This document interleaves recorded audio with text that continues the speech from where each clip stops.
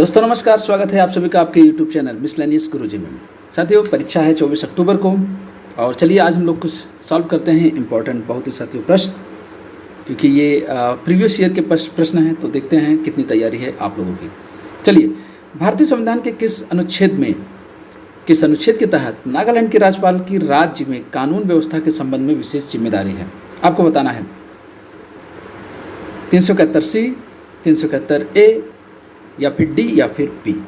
तो इसका जो सही विकल्प है दोस्तों आपको बताना है, तो ये है बी, 371A में नागालैंड से संबंधित प्रावधान है।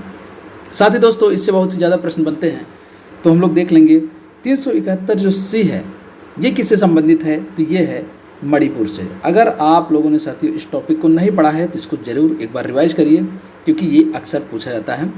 371 साथियों जो डी है और ई है, ये आपको ध्यान रखना है, बहुत इंपॉर्टेंट है, आंध्र प्रदेश से संबंधित है। 371 क्या कहता है? ई, केंद्रीय विश्वविद्यालय की स्थापना आंध्र प्रदेश में। और 371 डी जो है दोस्तों वो राज्य के संबंध में विशेष प्रावधान करता है। ठीक है, 371 सी मणिपुर, 371 डी साथियों आंध्र प्रदेश। बी किससे संबंधित है? तो बी है आसाम से संबंधित। ठीक है, इसके अलावा साथियों 371 जी ये मिजोरम से है। एक बार इसको आप जरूर देख लीजिए, टॉपिक मिजोरम से। और एफ जो है 371 एफ ये सिक्किम से संबंधित है साथियों। और 371 एच इसी प्रकार वो अरुणाचल प्रदेश से है। आई जो है 371 आई गोवा से संबंधित है। ठीक है, तो ये कुछ पॉइंट आपको याद रखने हैं। चलिए, बेटी बचाओ बेटी पढ़ाओ के संबंध में निम्नलिखित कथनों पर विचार कीजिए। पहला स्टेटमेंट है, आपको बताना है कितने सही हैं। यह महिला और बाल विकास, स्वास्थ्य और परिवार कल्याण मंत्रालय, और तीसरा जो है कौशल विकास और उद्यमिता का त्रिमंत्रालयीय प्रयास है। तो क्या ये स्टेटमेंट सही है साथियों? आपको बताना है क्या ये स्टेटमेंट सही है। फिर दूसरा है, यह एक अभियान है जो गिरते हुए बाल लिंग अनुपात को संबोधित करता है। तो आपको बताना है इन दोनों स्टेटमेंट में कौन सा सही है। बेटी बचाओ बेटी पढ़ाओ।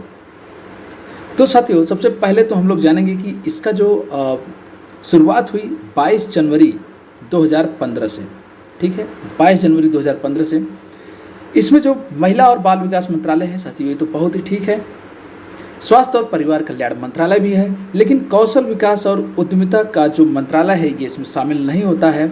इसमें है मानव संसाधन विकास मंत्रालय, जिसको कि अब 2020 से शिक्षा मंत्रालय कहा जाता है। ठीक है, तो ये इसमें नहीं है। त्रिमंत्रालयीय प्रयास तो है, लेकिन मानव संसाधन विकास मंत्रालय है जो कि शिक्षा मंत्रालय के नाम से जाना जाता है। दूसरा है, गिरते हुए बाल लिंग अनुपात को संबोधित करता है। जी हाँ दोस्तों, उसकी बाल लिंग अनुपात को मेंटेन करना है, बढ़ाना है, और उसके साथ साथ बालिकाओं को सशक्त करना, उनके शिक्षा को बढ़ावा देना, उनकी सुरक्षा को सुनिश्चित करना, ये सभी इसका उद्देश्य है। बेटी बचाओ बेटी पढ़ाओ, याद रखना है। चलिए, रेलटेल कॉरपोरेशन क्या है बता सकते हैं साथियों? निजी क्षेत्र का उद्यम, सार्वजनिक क्षेत्र का उपक्रम, साझेदारी फर्म है या फिर संयुक्त क्षेत्र उद्यम है? तो इसका जो सही विकल्प है वो है 2, ये सार्वजनिक क्षेत्र का एक उपक्रम है, भारतीय रेलवे के मंत्रालय के अंतर्गत आता है। एक मिनी रत्न दर्जा प्राप्त है यह उपक्रम। क्या करता है दोस्तों? इंफॉर्मेशन एंड कम्युनिकेशन जो टेक्नोलॉजी है उसके इंफ्रास्ट्रक्चर को ये प्रोवाइड कराता है, मुहैया कराता है।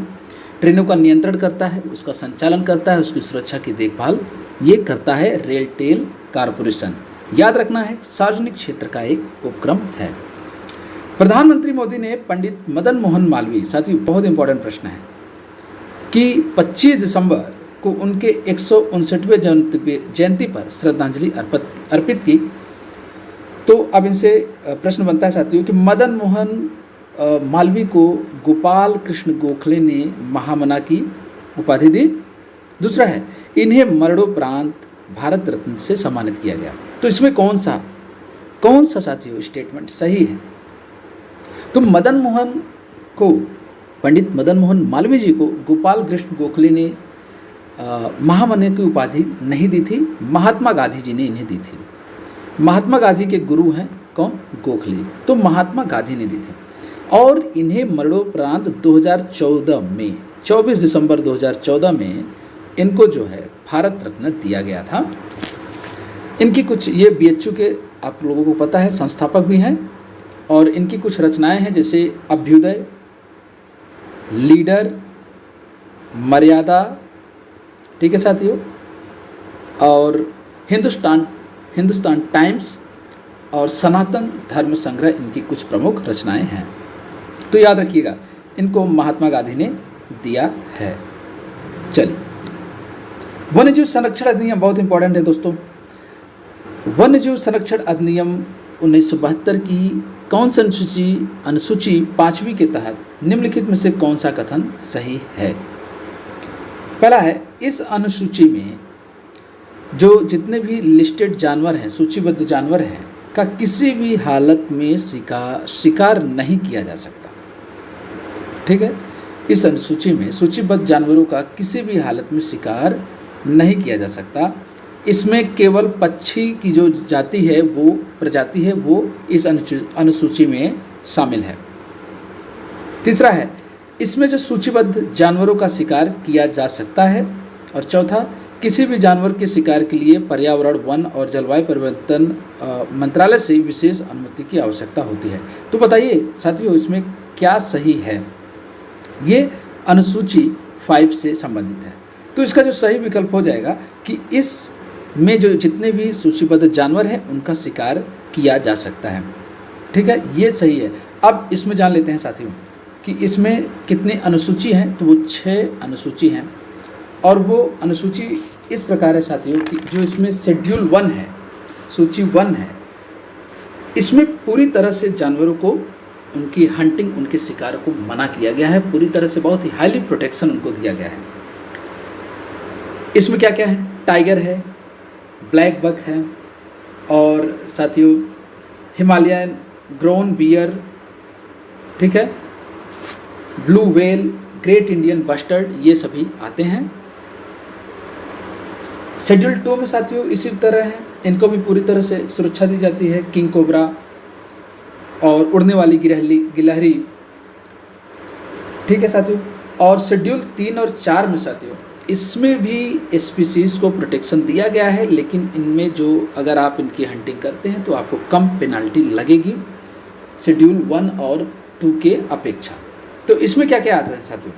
इसमें हिमालयन रैट आ जाता है और नील गाय आती है, हायना आ जाते हैं, गोरल आ जाते हैं, ये सभी आते हैं इसमें। शेड्यूल 5 हम लोगों ने देखा, इसमें हम लोग जानवरों का शिकार कर सकते हैं, पक्षी भी शामिल है, पशु भी शामिल है, जैसे माइस हो गया जो स्मॉल साइज़ का चूहा होता है साथियों, रैट हो गया जो बड़े साइज़ का चूहा, कॉमन क्रो, फ्रूट बैट्स, ये सभी इसमें आते हैं। छठे में साथियों कुछ पौधे ऐसे हैं, वनस्पति हैं, जिनका खेती, उनका संग्रहण करना, इकट्ठा करना वो निषिद्ध है। जैसे पिक्चर प्लांट हो गया, मतलब घटपरड़ी जो पौधा है, ब्लू वांडा, रेड वांडा, कुछ इसी तरह के पौधे हैं, तो उनका ये खेती उती करना मना है। तो इसमें 6 अनुसूची हैं। अनुसूची 5 के तहत हम लोग शिकार, जो शिकारी हैं, कर सकते हैं। चलिए, जैव विविधता हॉटस्पॉट केवल उष्णकटिबंधीय क्षेत्र में स्थित है, पहला स्टेटमेंट। दूसरा, भारत में जैव विविधता हॉटस्पॉट है 4, उसने कहा 4। अब ये देखना है कौन कौन सा? पूर्वी हिमालय, पश्चिमी हिमालय, पश्चिमी घाट और अंडमान निकोबार द्वीप समूह। तो इसमें से कौन सा सही है या फिर कौन से सही नहीं है, आपको बताना है। तो इसमें दोस्तों जो दोनों स्टेटमेंट है, दोनों के दोनों गलत हैं, ठीक है, क्योंकि जो हॉट स्पॉट है साथियों, ये केवल ट्रॉपिकल रीजन में नहीं रहता, ये और भी रीजन में पाया जा सकता है, जहाँ पे बहुत ज़्यादा बारिश हो, टेम्परेचर ठीक ठाक हो साथियों, और जहाँ पे बहुत ज़्यादा विविधता हो जीवों की, जंतुओं की, फ्लोरा एंड फौना की। तो ज़रूरी नहीं सिर्फ उष्णकटिबंधीय रीजन में ही हो, तो इसलिए पहला गलत। दूसरा इसमें है पूर्वी हिमालय और पश्चिमी हिमालय। तो साथियों आपको बताते मतलब भारत में जितने हॉट स्पॉट हैं उनकी संख्या है 4। उसको 4 कैटेगराइज किया गया। पहला है हिमालयन रेंज, तो इसमें पूरा एंटायर जो हिमालयन रेंज है वो आ जाता है, तो ठीक है। दूसरा है इंडो बर्मा जो रीजन है, उसमें हमारा असम को छोड़ के, अंडमान निकोबार को छोड़ के पूरा नॉर्थ ईस्ट इंडिया वो शामिल होता है। तीसरा है सुंडालैंड, इसमें आ जाता है अंडमान एंड निकोबार ग्रुप। इसके अलावा साउथ ईस्ट एशियन कंट्री हैं वो भी आ जाती हैं। और चौथा है वेस्टर्न घाट एंड श्रीलंका। तो ये साथियों हैं इसमें, ठीक है। तो पूर्वी हिमालय और पश्चिमी हिमालय ये पूरा एंटायर एक ही में रेंज में आ जाएगा।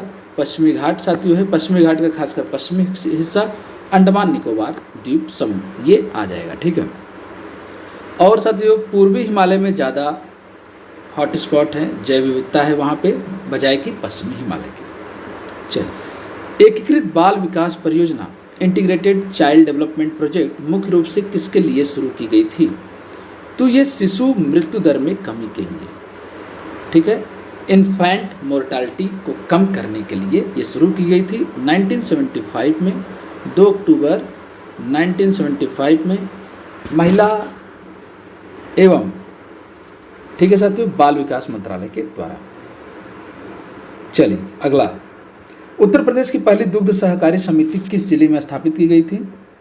तो ये प्रयागराज में था 1917 में। लेकिन साथियों पूछ ले कि उत्तर प्रदेश देश का पहला दुग्ध संघ साथियों, ठीक है, तो वो लखनऊ में, लखनऊ दुग्ध उत्पादक सहकारी संघ।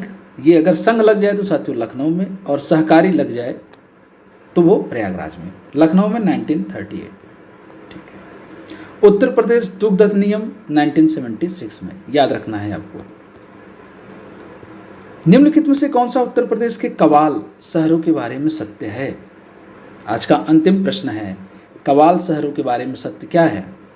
ये ऐसे क्षेत्र है जहां शहर हाट के विकास के लिए योजनाएं संचालित करता है। पहले तो देख लेंगे साथियों स्टेटमेंट क्या है। यह आगरा शहर में विकसित किया जाने वाला नया शहर है। तो हाट क्या होता है साथियों? आप लोगों ने देखा होगा कई क्षेत्र, कई कस्बे, कई शहर, गांव ऐसे हैं जहां पे हफ्ते में 2 या 3 दिन बाजार लगते हैं, ठीक है। तो गांव में लगने वाले स्थानीय बाजार को हम लोग हाट कहते हैं, जिससे कि दैनिक जरूरतों की पूर्ति होती है, आवश्यकताओं की पूर्ति हो जाती है। या फिर कुछ शहर या कुछ कस्बों में साथियों कुछ घंटे के लिए ही लगता है, लेकिन दैनिक रूप से लगता है, तो इनको हम लोग हाट बोलते हैं। बाजार हाट जैसे आपने सुना है, तो स्थानीय रूप से लगने वाले बाजार को हाट बोल देते हैं, ठीक है। ये बात तो सही है साथियों। उत्तर प्रदेश के कवाल क्षेत्र में यह आगरा शहर में विकसित किए जाने वाला नया शहर है। तो ये सिर्फ आगरा में नहीं है साथियों। कवाल का फुल फॉर्म क्या है? के मतलब कानपुर है, ठीक है, कानपुर है। ए मतलब इलाहाबाद, जबकि अब हो गया है प्रयागराज। वी का मतलब वाराणसी, ठीक है। ए का मतलब आगरा और एल का मतलब लखनऊ। तो ये कवाल है आपका, ठीक है। कानपुर, इलाहाबाद, वाराणसी, आगरा, लखनऊ। तो ये कुछ प्रश्न थे साथियों, ठीक है। बहुत इंपॉर्टेंट प्रश्न है। चलिए, थैंक यू दोस्तों।